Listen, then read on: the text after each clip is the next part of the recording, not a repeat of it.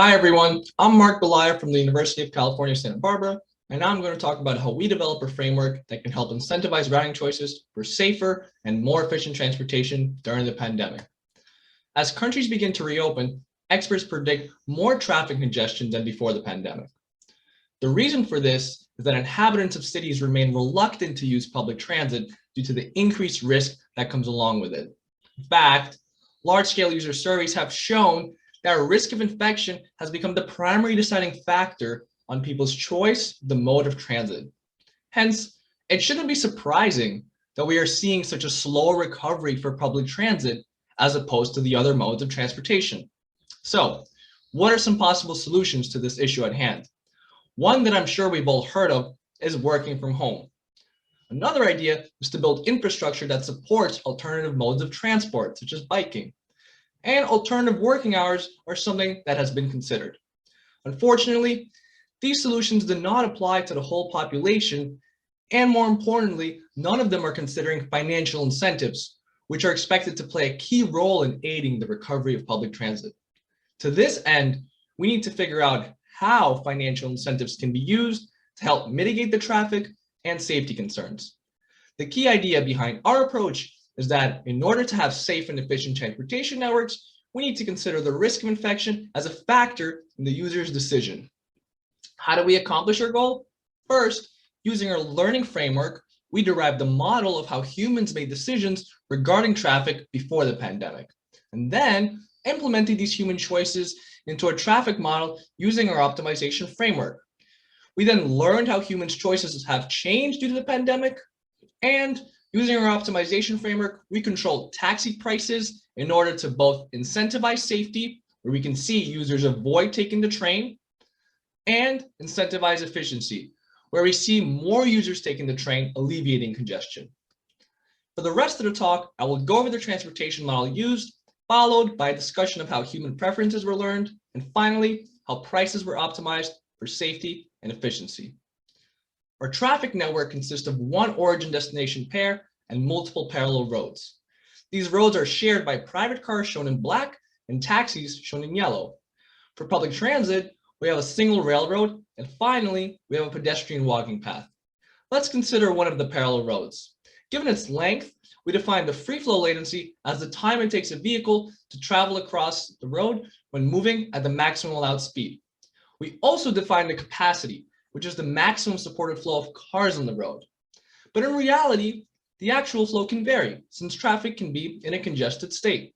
Hence, we denote the total flow of vehicles on a road by F and split into two components, the flow of private cars and the flow of taxis. We then denote the latency experienced, and we use the well-known Bureau of Public Roads model to approximate this latency. Using this model, when the flow is below our road's capacity, latency is close to the free flow. As our flow approaches the capacity, latency increases. Finally, to get our total latency, we sum over the set of all roads and scale by the flow. Moving on to costs, we define the taxi fares as our control variables. On the other hand, we do not assume any control over the cost of traveling by car. Now we can discuss the risk in our roads. We assume that using private cars does not contribute to the risk. On the other hand, taxis create an interaction between the passenger and the driver. Hence, we denote R bar as the risk of infection per unit time for a single taxi. Scaling this by latency, we get the risk accumulated over one trip, and multiplying by the flow and summing over the entire network, we get the total risk caused by taxis.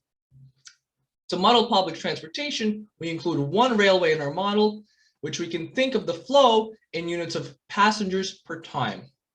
Since trains have a limited capacity, we make sure that our passenger flow is lower than this. We model the latency and price of taking a train as a constant, and for risk, we set it proportional to the number of passengers on it. For those who do not want to use the other modes, our network has a walking path, where we denote the flow in units of pedestrians per time, and as for trains, we model the latency as a constant, doing the same for the risk. Now we can talk about how we learned human preferences. So, when presented with a set of transportation options to choose from, There are really four factors we consider in our model: latency, price, risk, and mode. We all can have different preference distributions based on these given factors, and thus we parameterize a user with a weight vector omega, whose components correspond to the defined factors. This way, we model each human as an agent who optimizes their utility function. The first three elements of omega characterize the trade-off between latency, cost, and risk, whereas the last four model humans' biases towards the different modes. Now, using this reward function, we want to find the probability of a user parameterized by omega to choose option J. We do this by using the well-known Luce's choice axiom, making the probability of choosing option J proportional to the exponential of the associated utility. Now, what if we have a group of users, each with their individual parameters? Let's say we learn a joint distribution over these parameters for the population. We want to know the ratio of users who would choose option J given its latency, price, and risk. For that, we will just need to integrate over a given population. So what's left? How do we learn G omega? By utilizing an active learning framework developed by one of my colleagues with his lab in Stanford. Essentially, we choose questions to ask users that maximize the information gain.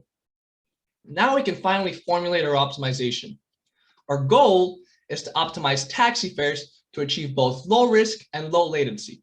For latency, we sum the total latencies associated with each mode, and we do the same for risk. Our problem is then a multi-objective optimization where we try to minimize a weighted sum of latency and risk, where we let gamma represent this trade-off. As gamma grows from 0 to 1, we give more incentive to minimizing risk as opposed to latency. Going over the optimization framework, our control input is the set of taxi fares, and our objective is a trade-off between latency and risk. Price constraints are imposed separately for each road to make sure that all taxis make a profit, and flow constraints are derived by our preference distribution H, which distributes our population over the options users are given. Now we are ready to go over the results of our work, starting off with the user study. Let's look at one of the users first. This is somebody from New York. This plot shows their change in preferences caused by the pandemic, where blue denotes their pre-pandemic preference and orange their post-pandemic preference.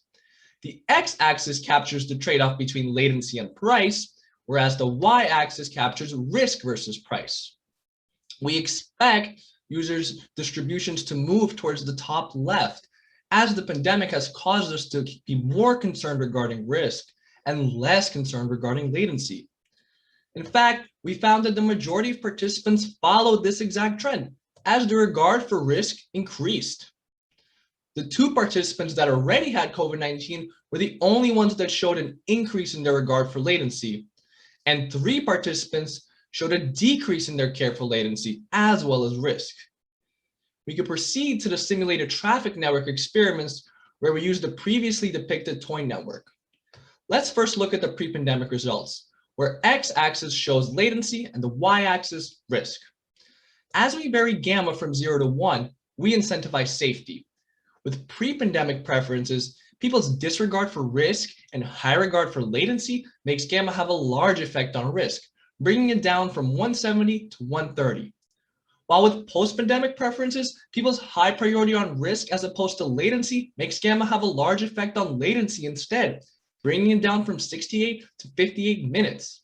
In both cases, we see that increasing gamma helps minimize the risk of infection, while decreasing gamma helps mitigate traffic congestion. In summary, using an active learning framework, we learned how users' preferences regarding traffic have changed due to the pandemic and implemented these user models into a traffic network that captured risk of infection.